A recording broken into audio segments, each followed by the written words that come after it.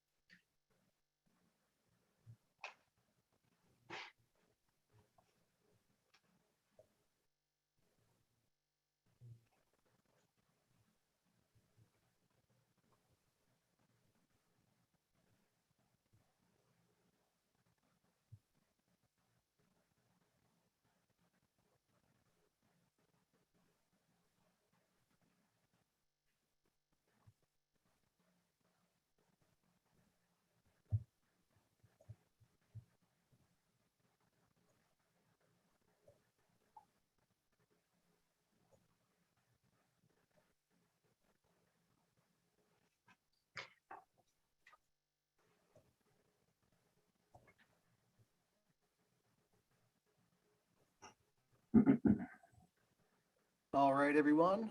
It is 2 minutes after 12. My name is Mark Castiglione. I'm the president of the New York Upstate Chapter of the American Planning Association, and I'm so happy you're able to join us to kick off our 2021 Joint Planning Conference. Thank you for attending this session, in particular, Accessory Dwelling Units as Affordable Housing.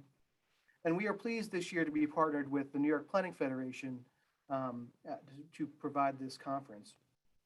I'm going to be one of your hosts today, and assisting as a co-host is John Cantner of the New York Planning Federation. Before I introduce John, I'm going to go through a couple of housekeeping items. First, we'd like to thank our premier sponsor for this conference, Hodgson and Russ, and the sponsor for this session, the LaBerge Group. Without our partners and sponsors, we would not be able to provide this conference this year. We also wanted to let you know that conference sessions are being recorded and will be available after this session is completed on the chapter's conference webpage and YouTube channel. Links will be provided on the Eventbrite page as soon as we are done processing the video. So please give it a couple days for that to happen. Attendees are automatically muted. If you have any questions, please submit them in the Q&A box. We will address questions after the end of the session. So please, just jot down those questions as we go, and then we will start getting through them after our speakers are done. We are providing the session CM credit number. I provided that in the chat box for AICP planners. It is 9221234. Attendees seeking Planning and Zoning Board member credit will receive an email confirming your attendance for this session and this session's eligibility for Planning and Zoning Board member training credits 24 hours after the completion of this session. So be on the lookout for that email around 1 o'clock tomorrow. In the email you can present to your town board clerk for logging your Planning and Zoning Board member training credit. So without any further ado, it's my pleasure to introduce my co-host today, John Cantner. He is the Planning Board Chair of the town of Fishkill in Dutchess County. He's also a board member of the New York Planning Federation. So John, please take it away. Thank you, Mark. I'm glad to be here. On behalf of the New York Planning Federation, I'd like to welcome everyone to this month-long conference and to say how pleased the Planning Federation is to be co-sponsoring this conference with the New York Upstate Chapter of the American Planning Association. Today's session is titled Accessory Dwelling Units as Affordable Housing. With increasing affordability issues in New York, communities must now utilize more creative strategies to tackle the problem. One promising approach is the use of accessory dwelling units, or ADUs. ADUs, sometimes referred to as in-law apartments, can provide more flexibility for property owners to construct a second living unit within an existing dwelling, an accessory structure, or as a standalone dwelling unit. However, there are numerous issues communities must take into consideration, and sometimes well-meaning regulations can add unnecessary barriers to ADUs, as well as result in unanticipated impacts to surrounding neighborhoods. This webinar will review various types of ADUs, their pros and cons, how they may help provide more affordable housing, alternative regulatory strategies, and recommendations on how to craft workable regulations in your community. So I'd like to introduce today's speakers, Nicole Allen and Matt Rogers. Nicole Allen, AICP, is Director of Planning and Community Development at LaBerge Group. With 20 years of experience, Ms. Allen has developed and managed a wide range of planning projects, including zoning regulation review and development, land use and subdivision regulations, design guidelines, comprehensive plans, and community development strategies. Her zoning knowledge has assisted communities with code revisions to address best practices and a range of new issues such as alternative energy structures. Ms. Allen has served as a planning consultant to numerous municipal boards to oversee the site plan and subdivision review processes. And Matt Rogers, AICP, is Senior Planner at LaBerge Group. Mr. Rogers brings over 20 years of experience securing, managing, and delivering a variety of projects for both public and private sector clients. His project experience includes comprehensive recreation and special district planning, land use regulation, and zoning law preparation and design guidelines. Mr. Rogers also regularly performs site plan and subdivision plan reviews, as well as permitting and seeker compliance services.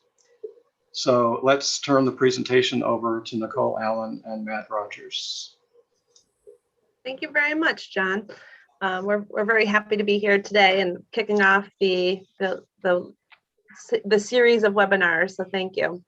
So we're going to start off with just a quick agenda. So I'm going to start with the accessory dwelling units, what they are, the history of the ADUs, and then the recent trends. And then we'll talk about some past and current challenges, and then I'll turn it over to Matt to dive into some of the affordability issues, the regulatory issues, and some of the efforts that we have going on in our state to help create this opportunity within many of the communities. So the ADUs, so there's a long history with ADUs. So what are they? A lot of communities struggle with identifying the term, and we'll hear a lot of different terms as we go forward in this presentation. But essentially, it's a dwelling unit that is accessory to a principal dwelling unit on the lot. And that's important. So there has to be a principal structure there for it to be accessory to. By definition, it's smaller than the principal structure. So you'll see many codes that will say they have to be at least 50% of the size, or they'll have different thresholds for defining what makes it accessory. But the idea is that there's something in place that distinguishes it as less than the principal. On average, these units, if we look at a range of codes, are from 600 square feet to 1,200 square feet. That's kind of a very broad range. But even that, there are exceptions to those rules.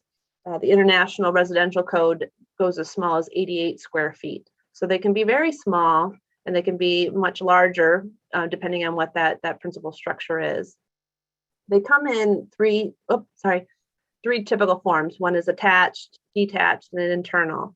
And how communities have chosen to allow them or disallow them has gone on in a variety of methods.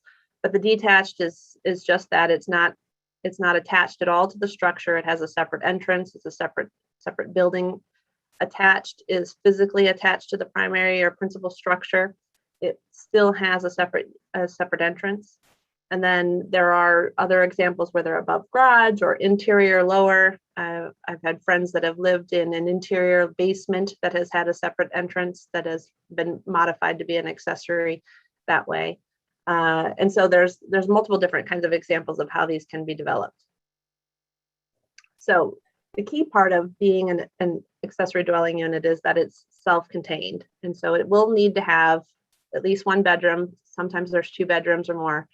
There's a full kitchen, there's a full bathroom, and there's a separate entrance. All those make it self-contained as far as being able to provide a living quarters for an individual or small family.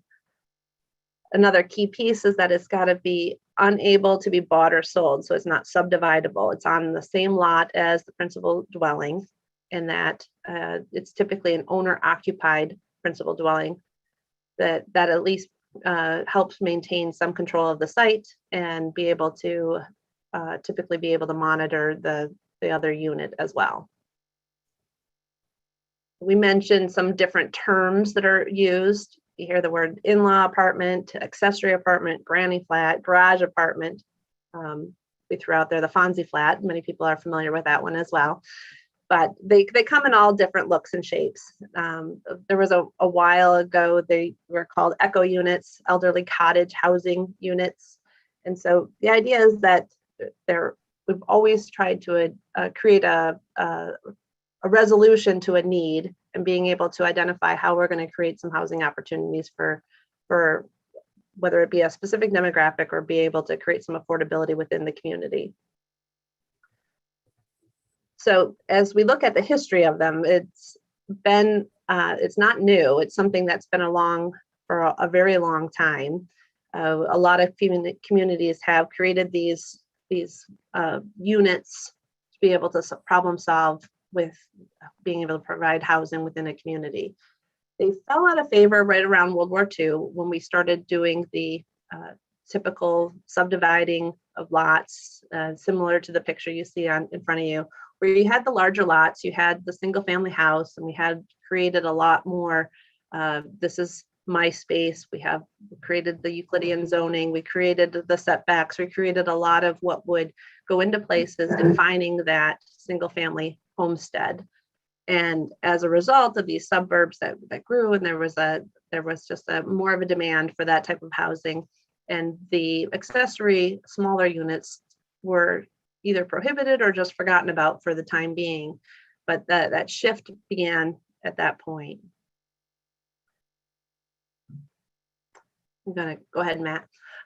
So a lot of them, as that shift towards single family occurred, these type of units became either illegal, they were prohibited in zoning, or but as part of that, the demand didn't go away. Sometimes they were created illegally, and there were people that converted their garages, that converted spaces to be able to accommodate an individual and their family need that needed it, an elderly family member or a rental unit, but that demand didn't go away. In San Francisco, by the 60s, there was a tremendous amount of them that were being built. 90% of them were illegal. And then looking at 2009, additionally in California, you were seeing that there was this huge influx of illegal units as well. 34% to 80% of the single family dwellings had illegal accessory dwelling units. And so as a result of a lot of this push, California has been on the forefront of being able to look at their codes and be able to start looking at how they can create some opportunity to encourage and allow these to become legal units moving forward. So since it was a valid issue, and then you start looking at public health concerns and being able to comply with fire prevention and building code, challenges with illegal units is that you have houses that struggle with sales. It impacts their ability for them to go on market, contributing to neighborhood impacts. There's a lot of negative impacts that are perceived by accessory dwelling units, that they're going to change the character of the community. And so a lot of those are valid concerns, and being able to address those in the community is one of the ways that a lot of regulations are starting to look at, and how to be able to fit them into the community so you don't have these transportation parking problems within a community, so that it doesn't look and feel like it's not going to fit with the neighborhood, that you have an ability to have that blend more appropriately, but providing some of the accommodations. So when looking at kind of these terms and this trends going back, and there's a recent Freddie Mac study that scanned a lot of these listings, you see more and more of them on the market, that there's not just this universally accepted term. You can see guest houses and guest suites and in-law suites and carriage houses. And even today, I would say they're even more catchy with the Airbnb market, and being able to put some of these on the market for rental, or for opportunity for just kind of a unique experience within communities, and from an economic development standpoint as well. And so it's not just for the traditional, put your in-laws in place in a home, or be able to provide a place for a student or a young adult to live, but communities are starting to look at how these can fit better into providing some economic opportunity as well. So looking at these listings, so the number of listings and how they've been rising over time. This starts back, the chart there is from 1997, and looking into more recent 2018. And the growth of the ADUs on average has grown over 8.6% per year. In 2000, only 1.6% of active for sale listings had accessory dwelling units. However, by 2019, those were almost 7%, which is an incredible growth in those that are being permitted, but also those that are starting to be constructed. and also being accepted into the market as something that is desirable within communities. And a lot of those from the slide here are also rentals. So they're not just for those that are just going to house some family member, but they're really looking at the rental market as well. And this illustrates some of the growth in the concentration of attached and detached accessory dwelling units in the nation. You'll see some of the larger areas of concentration in California and in Portland, Oregon. California has recently adopted legislation that would enable to have not just one accessory dwelling unit, but two, so they call it triplex. You can have the standard accessory unit within your lot, and then you could also convert your garage space into a second one or a junior, smaller unit. So they're providing a lot of flexibility. They've also increased the accessory dwelling units by allowing the typical homeowners association, which might have prohibited it, to now allow those areas to also have accessory dwelling units. So they've really taken on the problem of a lot of their illegal units to be able to address those. And you're seeing also in the shift in the Northeast being able to start to look at those opportunities as well. And this is based on a 2020 source.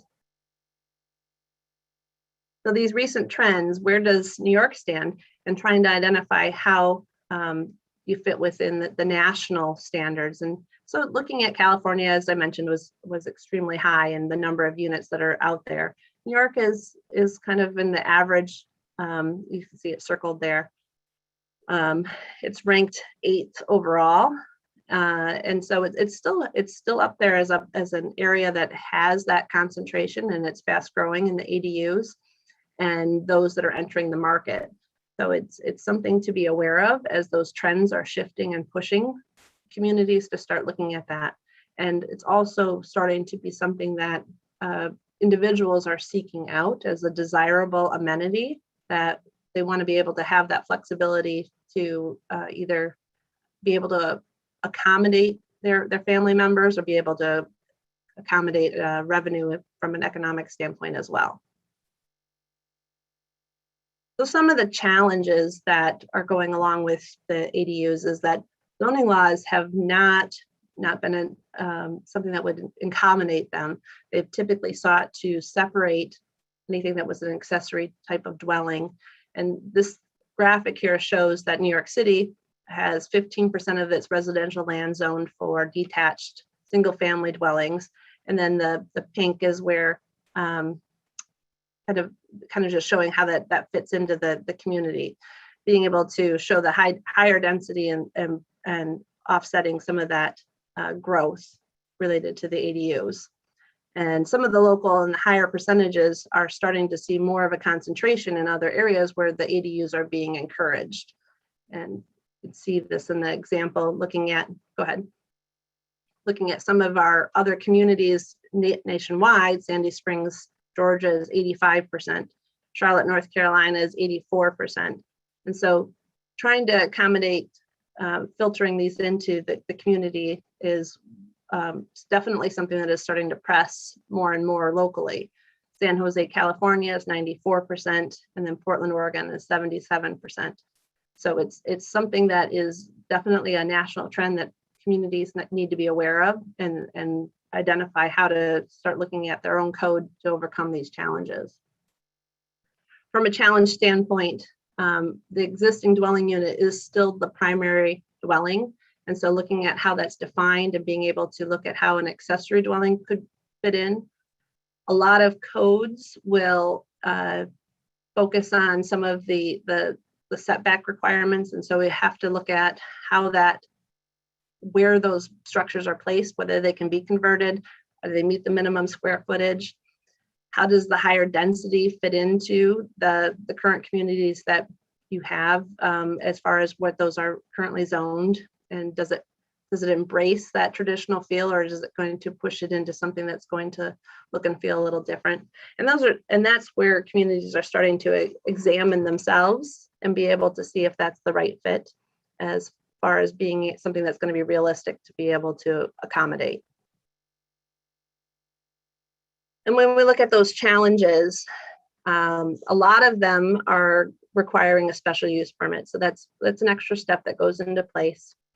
There's the owner occupancy requirement that a lot of times accommodates it, accompanies it, and making sure that that principal dwelling is going to stay owner occupied. How do you track that? Is the tenant going to be a relative or a property owner also of the property owner? And so there's a lot of tracking that goes into place when we start thinking about the user of that space, rather than just how that space is going to be built or developed. And so looking at a preferred process of making them either as of right or a site plan review, something that streamlines it so that it creates the opportunity without having to make it very difficult to move forward with. Other obstacles or barriers is the lot size requirements. Sometimes lot sizes are too small to be able to accommodate such a structure.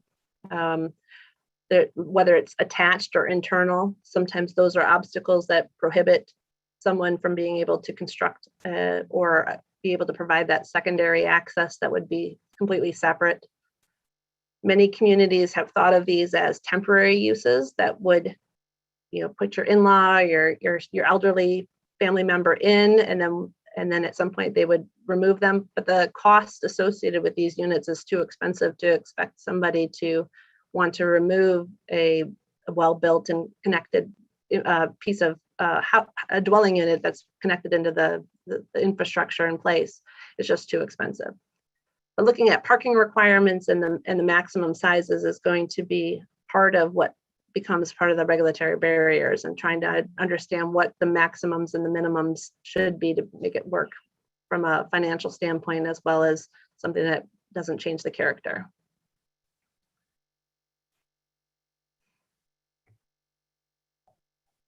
There we go. And so I'm going to pass it off to Matt to talk about how do we address these housing needs.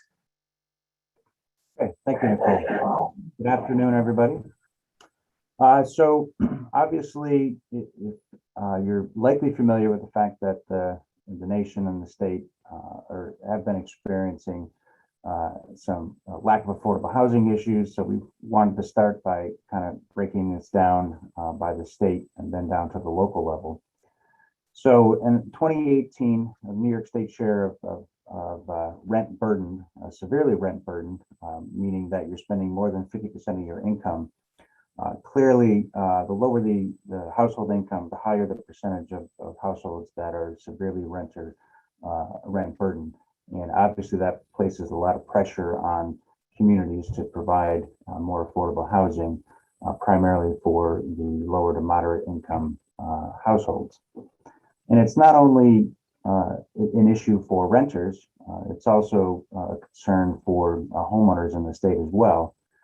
So while the trend clearly has decreased, kind of plateauing in 2008 with the fiscal crisis, then it has come down, but not dramatically. And this data goes through 2017. So it'd be interesting to see the impacts of the COVID pandemic, because that's obviously has likely increased the percentage of homeowners that are above the affordability threshold, as well as those with severe housing cost burdens of 50% or more. And getting down to the capital region, you can see that in most of the counties, almost 50% on average of renter households are cost burdened. And in areas where you have a low percentage of rental units available, combined with a lower median household income, you can start to see well above 60% of the renters are household burdened.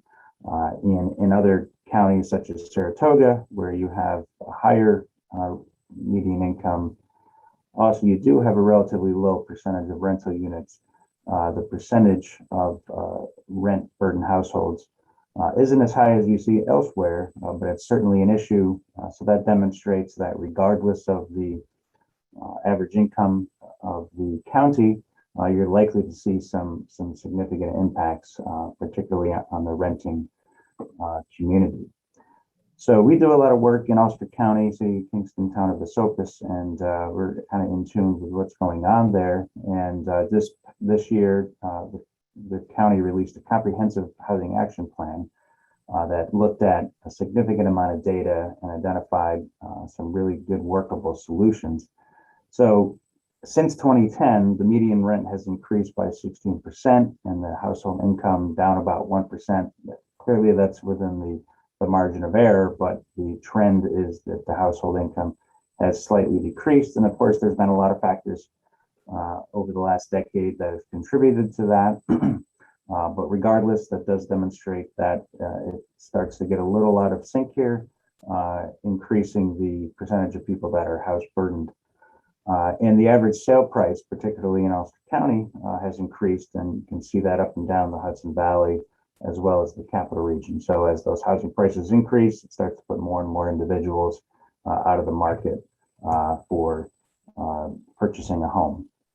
And in terms of severely rent burden, 13% of homeowners, and again, this is households that spend 50% or more of their income. It's 13% for homeowners and 30% for renters. And the general accepted factor is 30% or more, and that's generally being household burden. So having 30% of renters severely household burden in the county is certainly a significant issue and a cause of concern. Also contributing to this is something that's seen nationwide, is that the average size of homes, primarily single family dwellings, have been increasing. And in Ulster County, it's a little over 2,000 square feet with a median sale price of almost $500,000. So all these factors really do contribute to some significant housing concerns. So where does accessory dwelling units come into play into this equation? Do they mainly serve as extra living spaces, offices, or sources of short-term rental income?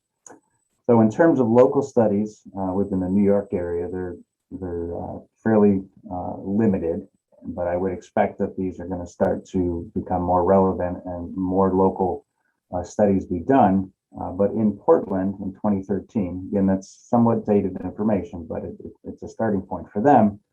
Nearly 80% of all of the accessory dwelling units were being used short-term, and that was a survey of the property owners by the city. A follow-up study, which gives us a little bit more recent data, shows that 3/4 of the listings were rented between 262 and 371 days.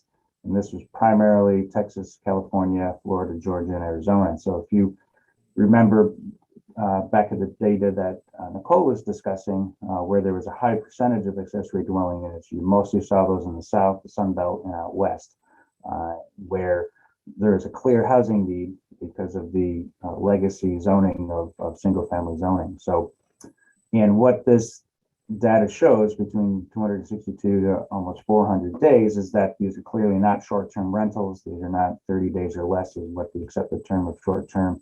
So these are being leased out for long-term purposes. So given the information that's been out there, the decision to construct accessory dwelling units are generally being driven by homeowner need. So it's a care for the elderly, parent, guest house, extra space, rental income, or for that teenager that just won't leave the house, you build them an accessory dwelling unit and stick them in that. Clearly, affordable alternative for families to provide independent living spaces for their family is a driving factor. And increasing local affordability may not be a major factor for homeowners that decide to build accessory dwelling units. And I think that's probably a reasonable assumption based upon the data that's out there, and also given the costs to construct accessory dwelling units.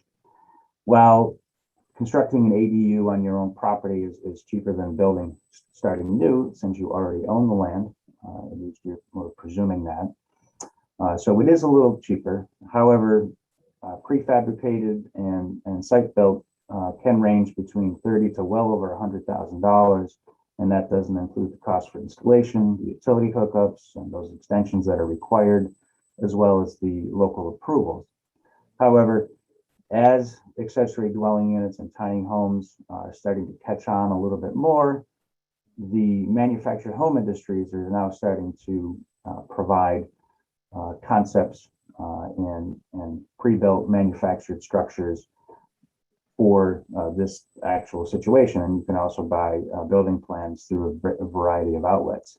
And these accessory dwelling unit and tiny home construction has been really prevalent out west and in the south. But we are starting to see more and more of the local manufactured home construction companies, as well as small startup businesses to build these. Some of them are, again, they're kits or they're prefab, and others will build the suit. There's actually a handful within the capital region as well. And it's interesting to see how those are now becoming more prevalent. So given the fact that ADUs are generally built by the homeowner and based on their decision to provide additional space, whether that's for their own purposes or renting out to supplement their income or provide space for a family member, etc. Communities, need to consider these as one tool in your toolbox, if you will, to provide additional housing. Obviously, communities can't require construction of an ADU, and certainly we haven't run into communities where they're actively facilitating this. In communities that have dire housing issues, particularly in the south and out west, we'll talk about a few of those. They are providing a lot more incentives. So clearly there needs to be more diverse options out there, and it needs to be combined with overall increase in housing options. So reducing or completely eliminating single-family dwelling only districts, and that clearly has been a hot topic over the last few years and likely only to increase given the negative impacts of COVID and the overall increase in housing costs. And along with that, you want to incorporate additional options. So in most communities that we work in, sometimes it is slow to move that discussion forward, to introduce more than just single family homes in districts. So starting off small is a good option for the ADUs because it's incremental. And then duplex, triplex is obviously a multifamily, and then allowing tiny homes as well. So I like this graphic done by Opticos, full credit to them.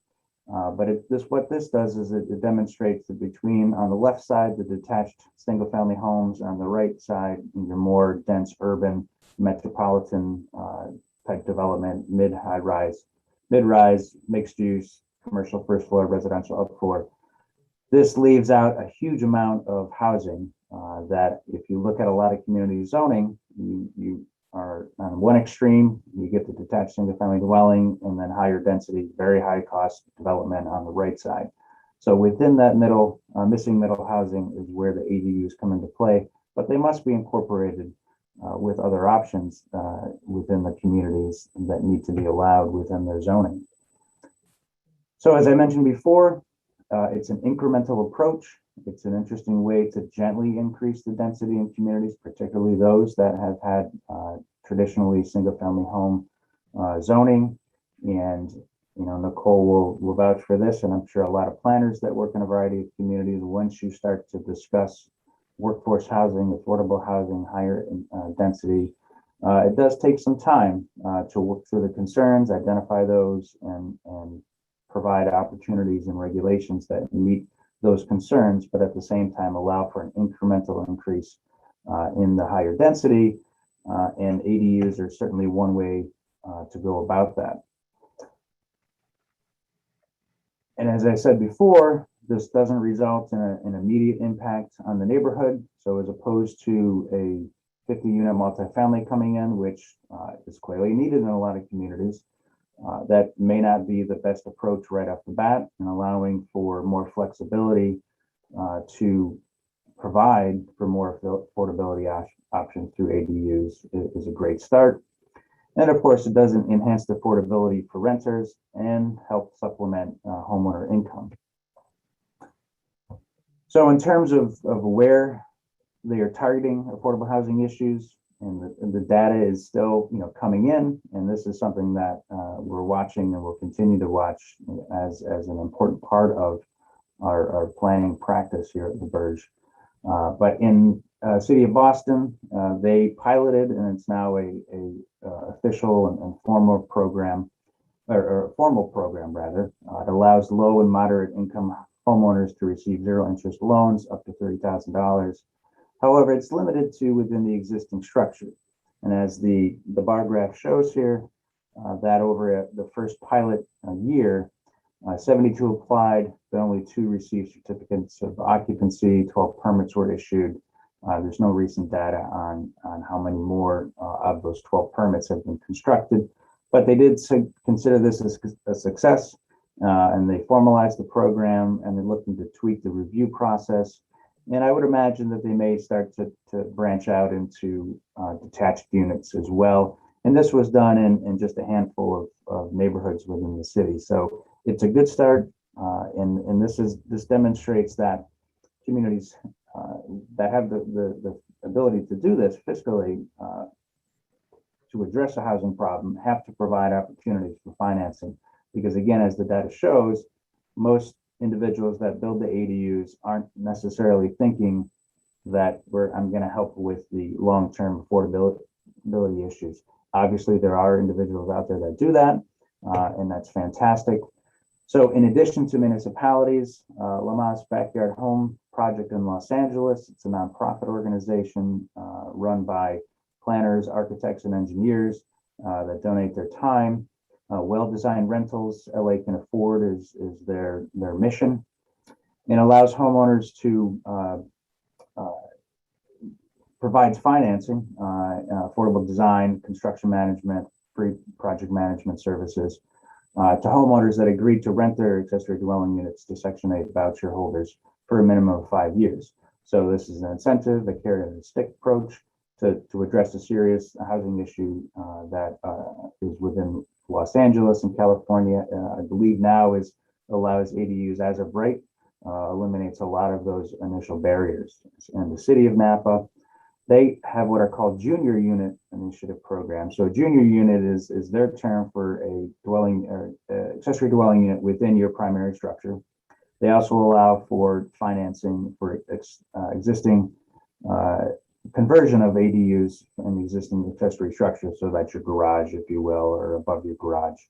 And through this, it provides deferred interest loans, low-income loans, and free technical assistance.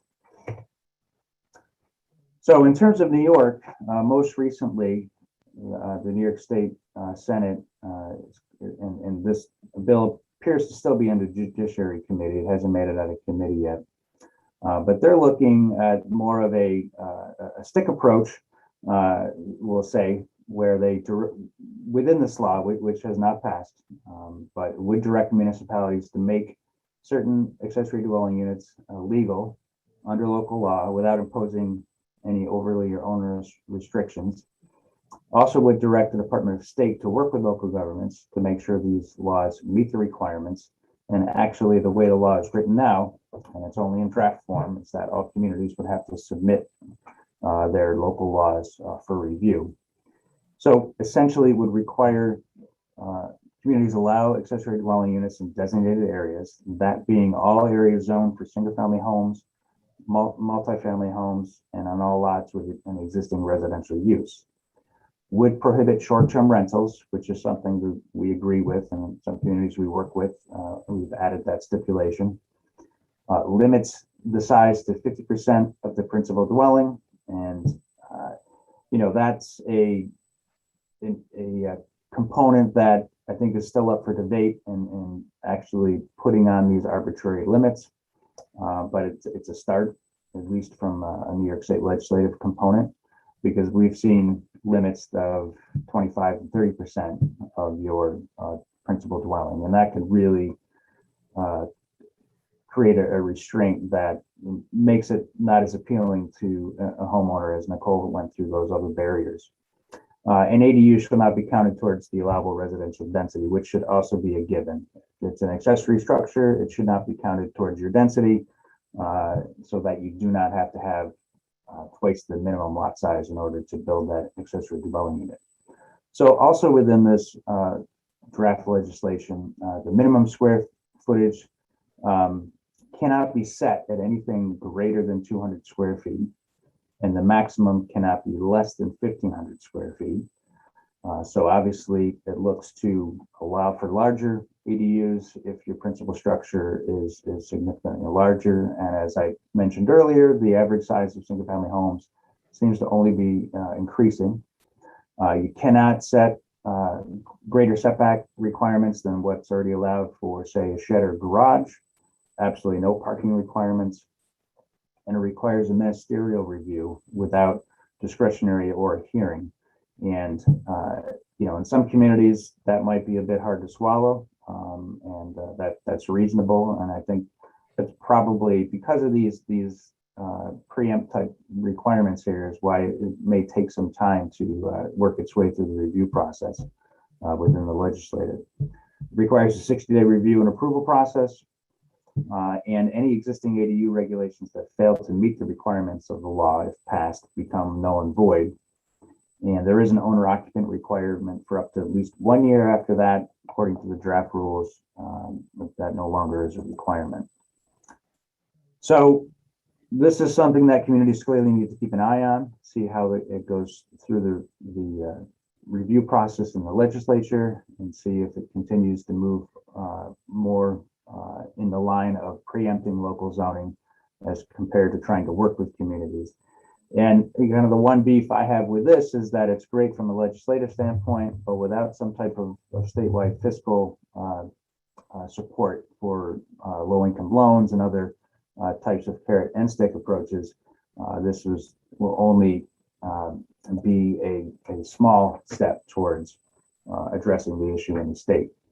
Also in 2020, the state added Appendix Q to the residential uniform code, where it now has a definition of what a tiny house is, which is under 400 square feet. And with this comes a lot of the health and safety requirements and design requirements that I know as we worked in a lot of communities, we were always asked about tiny homes, and the building inspectors were kind of at a loss because there weren't regulations in place to allow for these very small units. Now, not all accessory dwelling units are tiny homes, but there clearly are some out there, particularly those prefab ones that you can find in a lot of manufactured homes, and also those that specialize in accessory dwelling units. They do go down below 400 square feet. So the city of Albany, I believe it was 2017, they adopted a unified sustainable development ordinance. ADUs are allowed with very limited permitting. They're allowed in single-family detached dwellings, and also, which is an interesting element, is for non-residential uses in mixed-use districts, so kind of a caretaker type situation. So that's an interesting one that I feel is appropriate to replicate elsewhere, and they have no parking requirements. The city of Kingston, we're working with the city, and they're undergoing a comprehensive zoning update, looking at a form-based code for the entire city. Prior to moving forward with the zoning update, the city was batting around ideas to significantly expand the accessory dwelling units there. Not quite along the approach that the legislator is looking at, legislative component is looking at in Albany.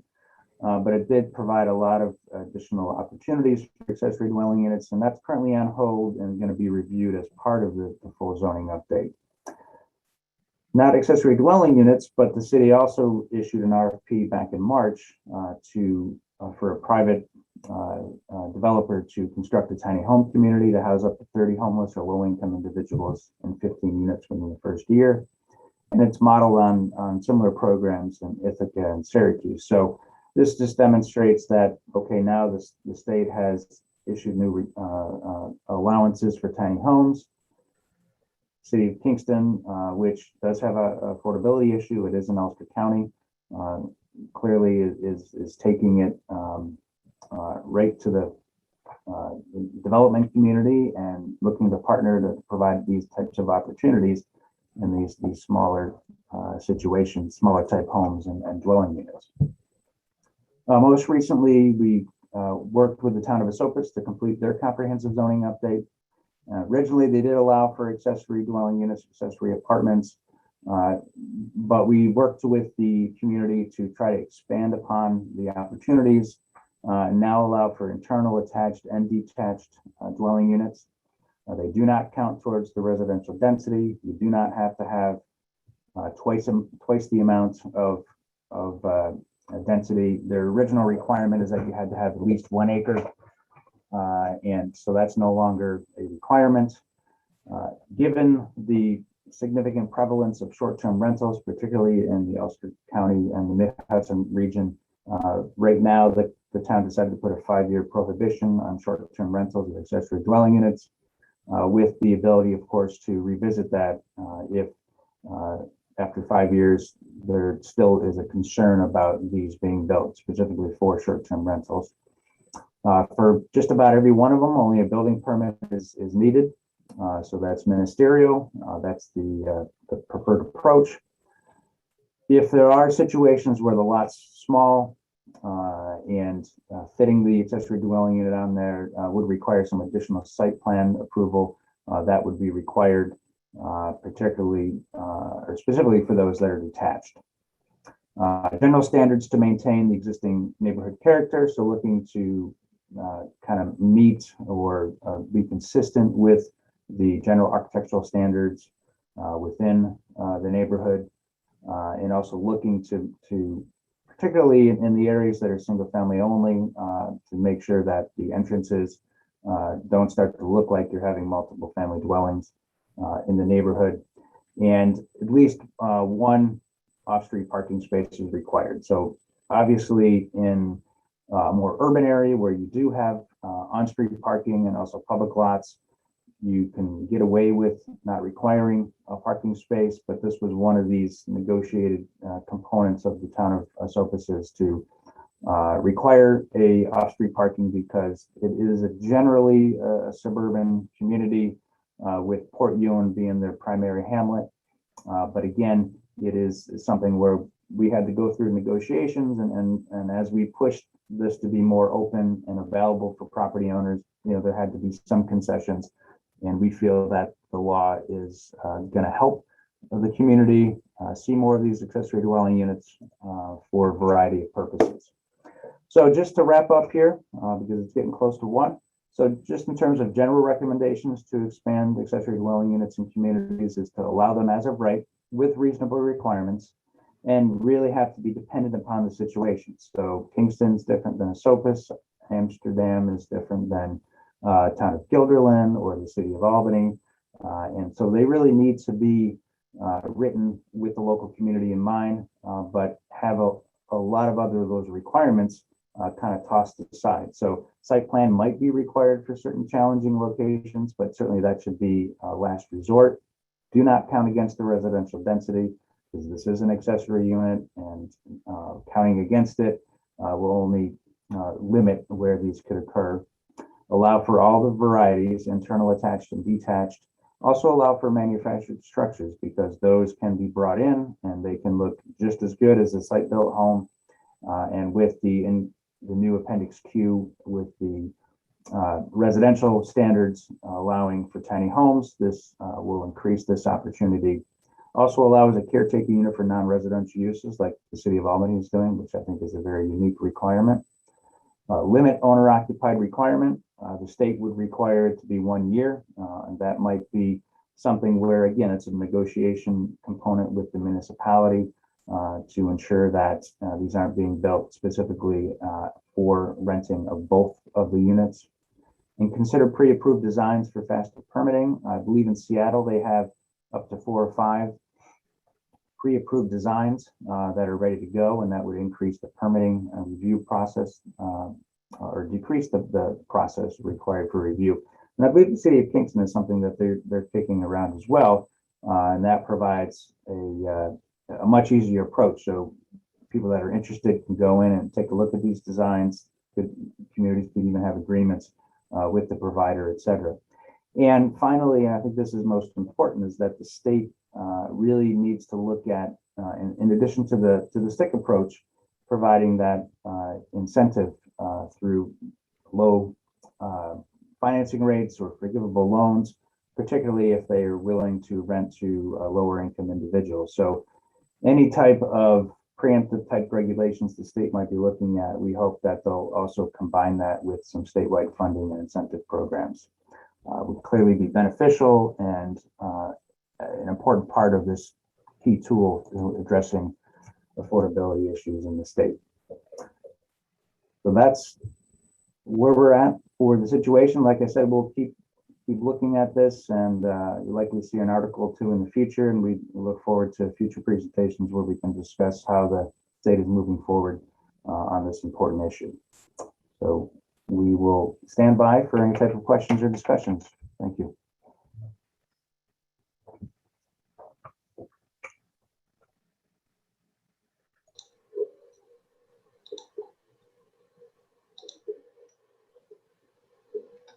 Okay. Let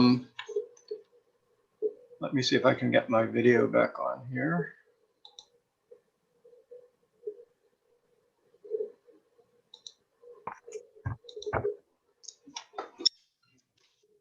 All right. Well, we have some very good questions for you. Let's start off with the general one. Justin asks, where or how does the line get drawn between zoning for multiple dwelling units versus accessory dwelling units?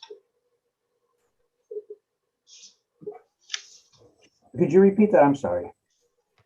Yeah, it's basically where or how does the line get drawn between zoning for multiple dwelling units versus accessory dwelling units? I can handle this one.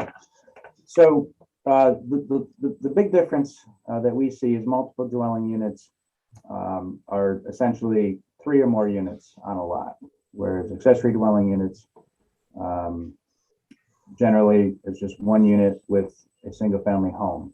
And there have been discussions in some communities about, do we allow an accessory dwelling unit for a 2-family home or 3-family home?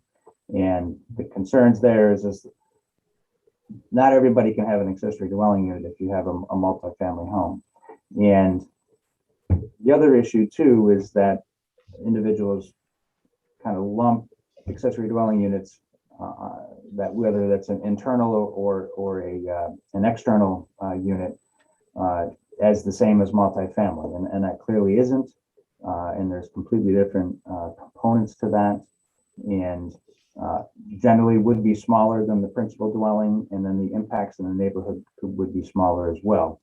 And introducing this into a single family residential neighborhood obviously has some growing pains, and that's why when we worked with the SOPIS, it was it was somewhat of a long process to get through all the concerns and looking at the various neighborhoods that you might see them in, and make sure that it is not a backdoor approach to adding multifamily dwellings if they are in fact not allowed, because there are some districts in every community that still only allow single family or single and 2-family, and that is a growing issue that communities have to address. But through good public outreach and conversations with the public and the stakeholders, generally can tend to get over those concerns most of the time. Mark, do you want me to keep going with questions? I have a list here ready to go. Sound prepared. Go for it. All right. I think this probably follows up to something you were talking about, but have any communities tried to prohibit accessory apartments in dwelling units that are not owner occupied? And so the question goes on to elaborate why that might have non-owner occupied units may have some additional impacts regarding overcrowding, noise, and parking. But do you have can you refer to any specific examples of communities that have done that in terms of their regulations? That prohibit accessory dwelling units unless they're owner occupied? Yes. Yeah. I'm not going to call out particular communities, but there are ones close by to us in Albany that very specifically the first line is it must be owner occupied. No time frame, like we discussed, where the state, their pending legislation just requires a 1 year, and I think that's reasonable because it's a decision, an investment decision by the homeowner to do this, and it's not 100% a revenue decision necessarily. So yeah, there are a variety of mostly the suburban communities around Albany, if they even allow them accessory dwelling units, the top line requirement is you have to be either a combination too of it has to be owner occupied, and then the person that you allow in your ADU has to be a relative, a family member. And over the last 10 years, the definition of family obviously has now evolved from a constitutional standpoint. So a lot of those codes that I looked at likely need to be updated anyway because they're already discriminating in terms of how they define their family of who can live in a home. So yeah, they're out there, they're still out there. And that could also be a reason why the state, did a survey and probably found a high percentage of communities that require a homeowner be in the primary dwelling unit or even actually the accessory dwelling unit. And that's a way to kind of force that to go away. So unfortunately, yes, that does still occur. Jacob asks, do you have any comment on the issues of trying to increase density in places without municipal sewer and water supply, as in much of rural New York? Right. Nicole, do you want to? Yeah, so as far as the need to increase density or just the resulting factor, and I think, there's a realistic cost that goes along with any infrastructure that comes in, whether it be housing or for water and sewer. And so one sometimes cannot happen without the other. And I think there's that understanding of how that has to occur. And so as communities look at what their infrastructure is from either a water and sewer standpoint, they can look at what is appropriate for being able to accommodate the right mix of density as they go forward. And I will say, town of Esopus, the requirement for the site plan also comes into play if you are on a lot that's not served by public water and sewer. So that's obviously a concern. Not every on-site septic system has been set up to accommodate an extra bedroom or two. So, and even if it is going through a building permit ministerial component, it is a requirement of the building inspector to ensure that, if you are putting in an additional unit, whether it's a 1 or 2 bedroom attached or detached unit, that you have to comply with the health regulations. So within a rural area without water and sewer, you're not likely to see necessarily the increase in density that you're going to see in a more urban area. It might be more obvious to the neighbors once you add it in a rural area, but I think certainly the lack of water and sewer services should not be a limiting factor, and provided you follow all the requirements, and certainly creating another septic field is going to be more onerous than tapping into your existing municipal water and sewer system. So, there are clearly differences rural versus urban. Yep.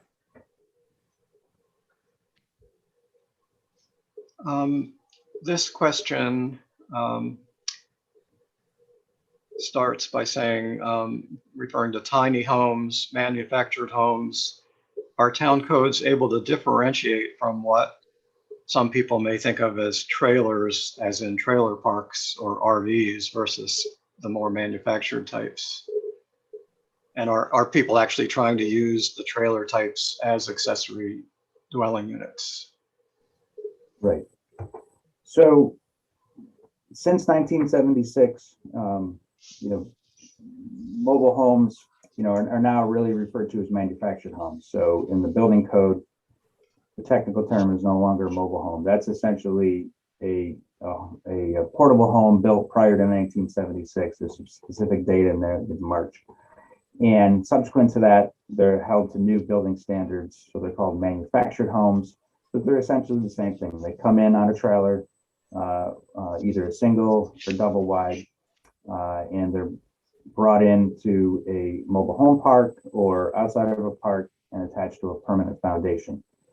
And I can't say that we've seen individuals trying to use those as accessory dwelling units. I will say in the SOPUS, that was certainly a concern.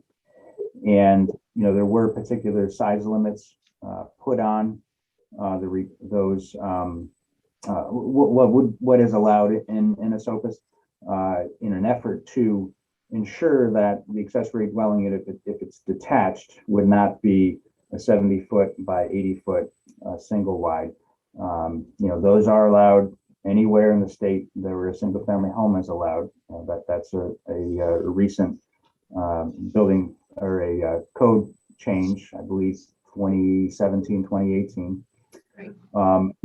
But as I mentioned, as these manufactured home companies start to realize that there is a market for these smaller accessory dwelling units or tiny homes, and they also refer to them as camp homes or campground homes, and you can see these, they look like little chalets, etc. And others are building them on a platform that are brought in to the site and can be attached to a permanent foundation. So in a SOPUS, for example, if you want to bring in a manufactured structure that meets the size requirements, it would just have to be attached to a permanent foundation. It can't be left on its wheels and framed with skirting. It has to actually be permanent. So, that clearly was an issue when we were working through the SOPUS ones, and are likely to be elsewhere in the community, in the state. And we feel that the reasonable requirements are sufficient enough to avoid that type of concern where a single manufactured home is utilized as an ADU, because that at 70 feet just clearly would be contrary to most of the surrounding area, particularly in an urban area. Now, if it's a rural area, if you have significant acreage, that's a different story. And again, that's where I think communities have to be left up and given some leeway in terms of how they interpret those accessory dwelling units. But it'll also have to be accessory to that principal dwelling. So it'll have to be smaller in size, whatever the threshold is. So that shouldn't be a significant concern. Exactly. And you may have covered this briefly, but the question from James is, are ADUs typically subject to the same lot line setbacks and zoning as the principal structure? Typically they are, to jump in, most communities are using that for dwelling units to make sure that they follow those setback lines. And some of the challenges with that is communities might allow accessory structures to be outside those lot lines. So it makes it challenging to do a conversion when you can have a garage 5 feet from a setback line, but not other structures that would have a dwelling unit. So some communities are trying to look at those to see if there's ways to adjust if appropriate, but most of them are typically within those setback lines. Yeah, and I will say that the state's pending legislation, I believe it prohibits communities from tying the accessory structure to the principal structure setback. So basically, if they allowed 5-foot setbacks for a garage or a shed, size limitations aside, because some communities, if it's over 1,000 square feet, and for a garage, it has to meet certain setbacks. So the state would be looking to align this with actual accessory structures. However, communities, I could totally understand how there's a concern. There's clearly a different impact between a shed 5 feet off your lot line and a new dwelling unit. So that's certainly something that has to be taken into consideration and probably go through some growing pains. And there were a couple of questions dealing with ADUs as long-term leasing versus short-term rentals. So the first part of it was, how do you keep ADUs as long-term lease as opposed to being used for short-term rentals like Airbnb? And they refer to communities such as Ellicottville in Cattaraugus County, where they are losing long-term accessory apartments to short-term rentals. And then the related question is, how will a prohibition on short-term rentals in ADUs be enforced? So, as I mentioned before, ASOPUS put a 5-year prohibition. So 5 years from the date of the certificate of occupancy. After that, within 5 or after 5 years, right now, and they could certainly revisit that. They could make it permanent. They would put that in. And in terms of, and that's fully within their right to do that. So you can require that. Obviously, any type of zoning is only as good as the enforcement.